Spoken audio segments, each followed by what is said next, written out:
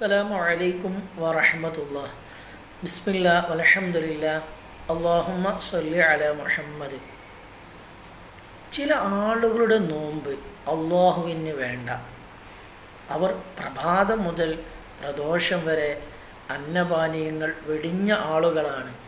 എന്നാലും അള്ളാഹുവിന് അവരുടെ ഈ നോമ്പ് വേണ്ട ആവശ്യമില്ല. ഏതാണ് ഈ വിഭാഗം എന്നറിയുമോ?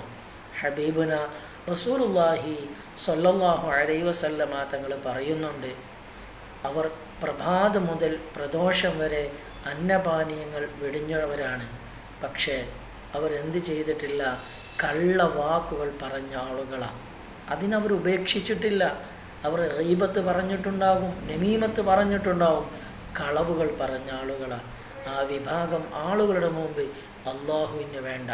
മാത്രമല്ല അതുപോലെ തന്നെ തെറ്റുകൾ ചെയ്ത ആളുകളാണ്, തെറ്റുകൾ പ്രവർത്തിച്ച ആളുകളാണവർ. ഈ വിഭാഗം ആളുകളെ നോമ്പും അള്ളാഹുവിന് വേണ്ട എന്ന് ത്വാഹ റസൂലുള്ളാഹി സ്വല്ലല്ലാഹു അലൈഹി വസല്ലമ തങ്ങൾ പഠിപ്പിക്കുന്നുണ്ട്. അള്ളാഹു തൃപ്തിപ്പെടുന്ന രൂപത്തിൽ നോമ്പനുഷ്ഠിക്കാനുള്ള തൗഫീക്ക് നമുക്ക് തന്ന് അനുഗ്രഹിക്കട്ടെ. അസ്സലാമു അലൈക്കും വറഹ്മത്തുള്ളാഹി.